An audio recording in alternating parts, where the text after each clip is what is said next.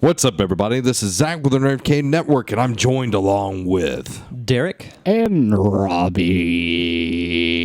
So I know we had a question. This goes into what we're talking about from Corey Castagnaro. As you don't talk into the Castagnaro, whatever. I don't know. Castagnaro. Let's call him Corey Casanova. Corey C. I like Casanova. I asked on our Facebook page and posted on Instagram and everything looking for topics. And he said, I've seen a few people say they don't like his costume, talking about Spider-Man, And they are wrong. of course, and it should have been different. What are your thoughts? We'll go to our chief resident Spider-Man. I'm just kidding. I will mute you for this. What did you think about the suit that Spider-Man was wearing? I loved everything about it. I love the animated eyes, and the giant black border around the eyes reminds me of like the 80s Spider-Man look in the comics. And I mean, it's tough to get the Spider-Man suit wrong. I mean, it's not exactly like straight out of the comics. Like there's a little more red on the arms than there is, in the traditional sense. But and how could you have an issue with it? It's the Spider-Man suit. It's very, very accurate. I mean, nothing's ever going to look 100% like it is in the comic book. Yeah. And I really think the big thing is the animated eyes. I mean, we saw it with Deadpool and it worked. So I think it will work with Spider-Man. I have heard people complain about the way he sounds, but I'm like, he's a teenager. Yeah. He's supposed to sound that way. I mean, you're not going to not very many teenagers are going to have the big, deep voice. It's going to sound like He's supposed to be a 15-year-old kid. You wouldn't want Spider-Man to sound like Megatron. Exactly. My thing about the suit, and I like the suit, I talk about it in the trailer and everything, it looks super CGI heavy. Like, it doesn't look like it's a real suit. It looks like they kind of shuffled it in there, and we've seen a fully CGI'd suit before. Green Lantern. And Green Lantern. And the Green Lantern suit was really well done. Yeah. My biggest thing, it looks kind of fuzzy. Like, it doesn't look very, like, crisp compared to, like, Iron Man's suit or anybody else that's in there that are have CGI parts to their suit and everything.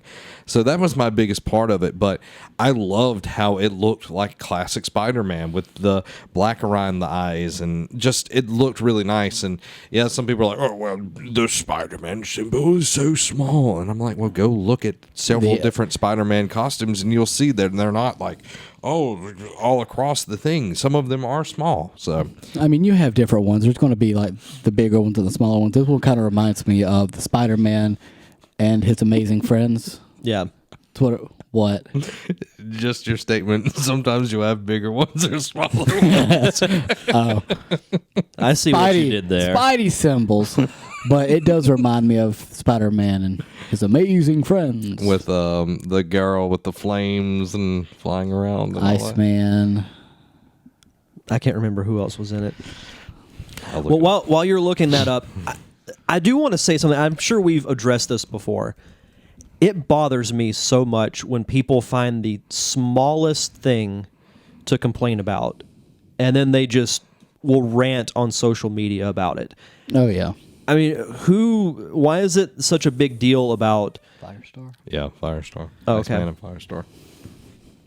But anyway, it just bothers me how people find the smallest things to complain about. Like, something gets put out and everybody's like, oh, this is so great. And then you have people come out of the woodwork like, oh, well, it's really not that great, and let me tell you why. And then you go on for like 4 or 5 paragraphs. It really bugs the mess out of me because it's people who, one, have nothing better to do, and they have to make themselves look smarter than everybody. And it bothers me. That's where the term trolls come from. There's going to be, you have this amazing movie that's going to come out, and they're, like you said, nitpicking, and they're going to find stuff that doesn't really matter in the grand scheme of things, but they're going to crap on it just to see the reaction they can get out of you.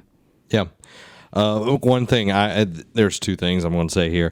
One, I remember a story that Kevin Smith told one time about a guy that was trolling something he was saying online or whatever, and he confronted him, and the guy told him straight up, he's like, I come home, I get on the internet, and I I just troll people because that's what I do after work. So there are people like that. That's the way they let off steam. And if that's the way they let off steam, okay, then they need to reevaluate their lives, in my opinion. Second, a lot of people have, and someone posted about this in our group, I can't remember specifically who, that people need to stop hating on, if you're a Marvel fan, hating on DC stuff, and if you're a DC fan, hating on Marvel stuff. Nick's cousin Justin? Yeah. Yeah, something. Yeah, I think so.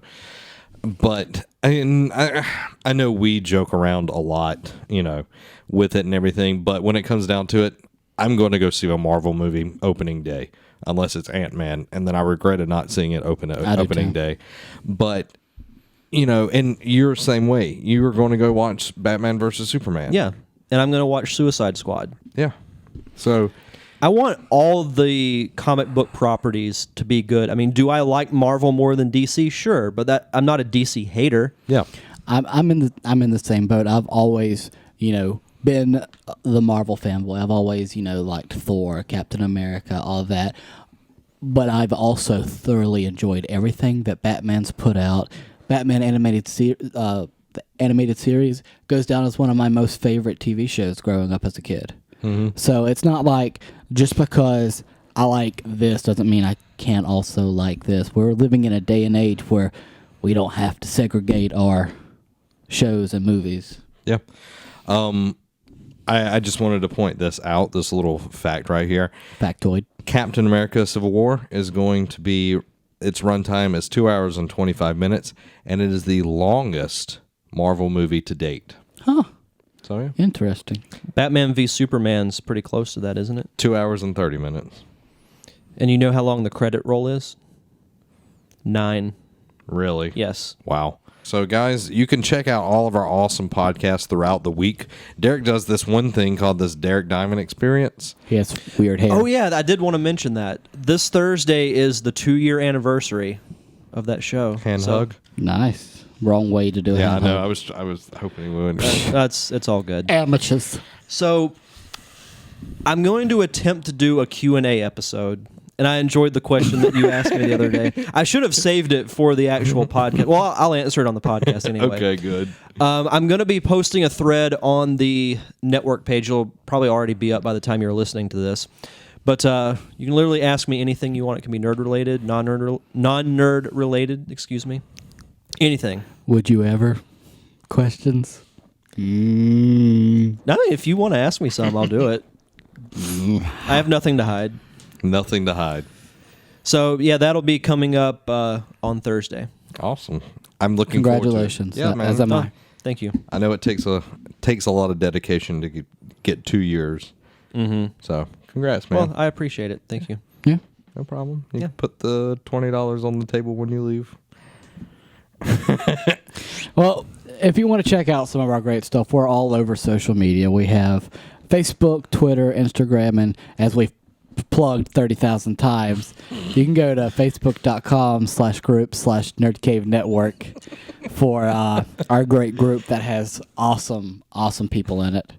So you can also go to youtube.com/the Nerd Cave Podcast for all of our awesome content that we have throughout the week. What do we have all throughout the week, Derek? Every Monday, we have a portion of our podcast. We have Let's Plays throughout the week. Every Thursday, I do a Throwback Thursday Let's Play, which this one's going to be really good. It's a 40-minute playthrough of Star Fox 64. Nice. And as a hint, it only covers 3 areas, the last 3 areas of the game. Took me 40 minutes to do. Did you do a barrel roll? I did several. Sweet. And I needed to because they helped out a lot. Barrel roll. Do a barrel roll. And then every Friday we have a top 5 list, and this week we'll be discussing our top 5 80s action movies. You're the disease. I love the cure. Get to the chopper. I ain't got time to bleed. So, what's happening on next week's podcast? Next week's is pretty big. Oh, yeah. We hit episode 150. 150. 150. And we're going to have some guests. Some special peoples. A couple of visitors here in the Nerd Cave. We're going to have Mr. Jeremy Branch, former guest, also hosts Be Terrible Studios, weekly pop podcast. You can check that out on YouTube and iTunes as well. But we're also going to have another guest who we met for the first time at Pensacon, who's one of the hosts of another podcast that's local, Chris Kubiak. Kiku, as you know him from Neek. From Neek the podcast. So definitely check out all their stuff. They'll both be stopping by for our 150th episode. And 150.